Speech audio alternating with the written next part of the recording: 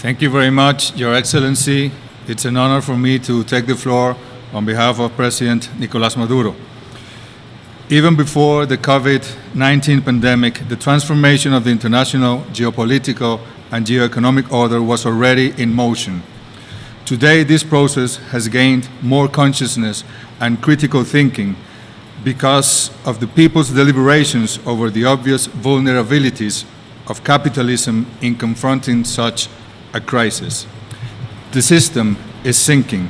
In many cases, states have been diminished to a minimum expression. Neoliberalism tied down public institutions. People feel abandoned and unprotected. The market cannot rule the destinies of human beings. Solidarity and health are not commodities. In this context, after 75 years, the multilateral system must confront an immense challenge.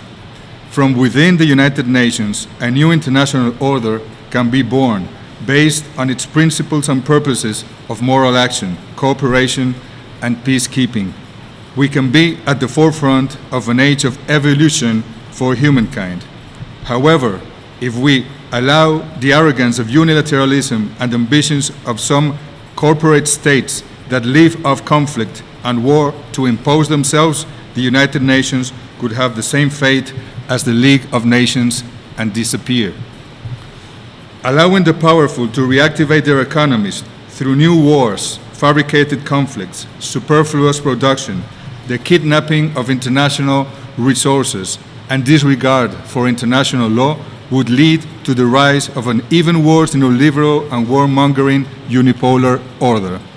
Stopping unilateralist corporate ambitions, upholding respect for international law and people's self-determination, the defense of human rights, the rights of Mother Earth, and the right to happiness would be the guarantee of a new international order that is fair, just, equitable, and which pursues sustainable development, peace, and life.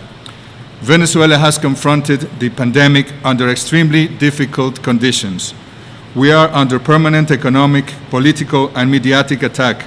We have even been threatened with military operations.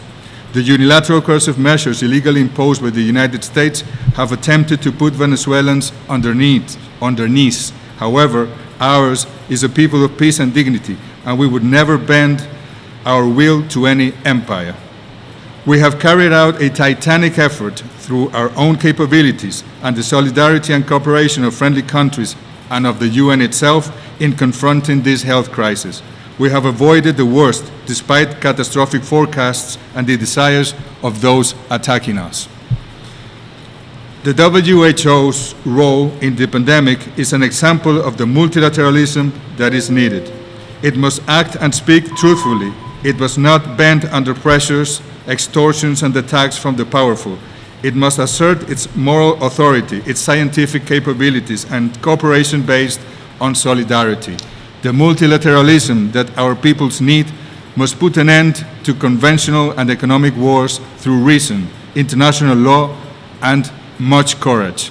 The new multilateralism must point towards the fulfillment of sustainable development goals in all of our countries and distribute resources in a differentiated and equitable manner to guarantee it.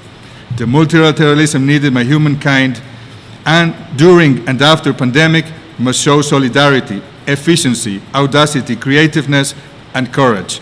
We must overcome the formalities, the speeches, the UN language. As Comandante Hugo Chavez said, we must delve into the people's catacombs, feel their needs, suffer their pain, undergo their deprivation, and build with them their own paths towards their happiness and liberation. To advance, transform, and overcome obstacles, nothing can motivate more than hope. Today, in 2020, in the midst of tragedy due to an unexpected pandemic, people place their hopes in the birth of a humane world of peace and equality. United Nations, through a new multilateralism, can play a central role so that this opportunity becomes a reality. Let us not waste it. It is time to act. Thank you very much.